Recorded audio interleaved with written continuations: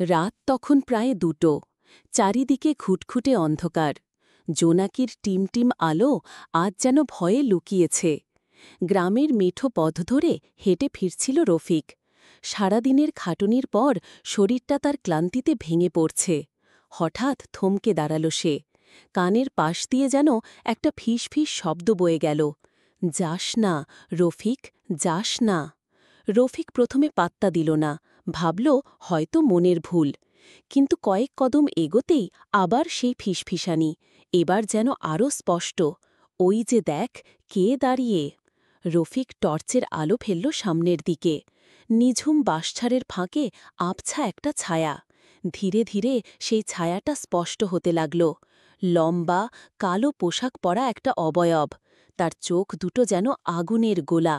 রফিকের বুক ধরফর করে উঠল। সে দৌড়াতে চাইল, কিন্তু তার পা যেন মাটির সাথে সেটে গেছে।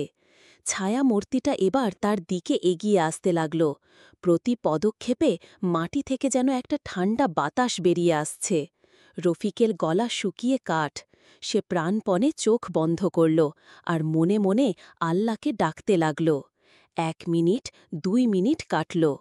ধীরে ধীরে চোখ খুলল রফিক। চারিদিকে নিস্তব্ধ। বাঁশঝাড়ের ফাঁকে সেই মূর্তি আর নেই। শুধু একটা ভেজা ঠান্ডা বাতাস বয়ে গেল তার গা ছুঁয়ে। রফিক আর এক মুহূর্তও দাঁড়াল না। এক দৌড়ে সোজা বাড়ি ফিরল। সেদিন রাতে তার আর ঘুম হল না। আজও যখন সে ওই পথ দিয়ে যায়, বাঁশঝাড়ের দিকে তাকালে তার বুকের ভেতরটা কেমন যেন হিম হয়ে আসে। কে জানে, হয়তো সেই ছায়ামূর্তিটা আজও অপেক্ষা করে আছে কোনো এক নিঝুম রাতে।